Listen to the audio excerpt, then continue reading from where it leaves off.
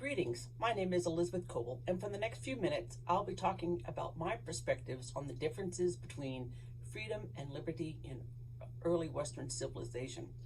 Like our last discussion thread, I realized that I first had to understand the different definitions of liberty and freedom and how the definitions evolved over the course of the time periods that we covered in this block, including Hebrew, Greek, Roman, and Northern European.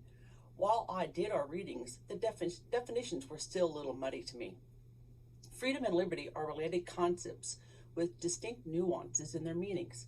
While weighted towards a Republican understanding of the ancient Roman perspectives, I found definitions in our reading Cicero, Roman Republicanism, and the contested meaning of libertas by Jeff Kennedy as the single easiest definition, including a comparison of the differences. The Roman concept of libertas demonstrated that for the Romans, liberty referred to liber, a free man, as opposed to a slave.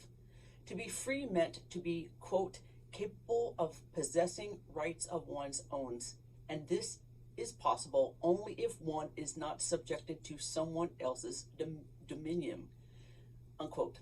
Liberty is, quote, the capacity for the possession of rights and the absence of subjugation, unquote. In his 1901 article about Roman freedom, Edgar Shumway wrote that liberty was impossible unless one was free, meaning not a slave. Using Cicero's own writings, I found this related quote about freedom focused on political freedom and personal autonomy. Quote, therefore, we must acknowledge either that the expulsion of our kings was unnecessary or that liberty of the people must be guaranteed in fact as well as in profession. And as it is, their liberty is such that they have been obliged to sue the protection of many great patriots for fear of being oppressed by the Senate, unquote. Cicero's influence on Northern Europe, especially during the Enlightenment movement, is discussed in another one of our readings, What Were Commonwealth Principles by Jonathan Scott. Enlightenment thinker John Locke even wrote about Cicero in multiple of his works and used Cicero's ideas in many others. Here are a couple of quotes from Locke's own writings.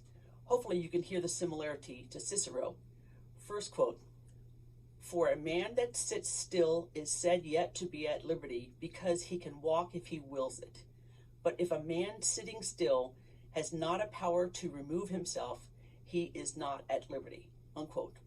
And a second Locke quote, this law nobody overlooks, which is the force of the Commonwealth, engaged to protect the lives, liberties, and possessions of those who live according to its law, and has power to take away life, liberty, or goods from him who disobeys, which is the punishment of offenses committed against this law, unquote.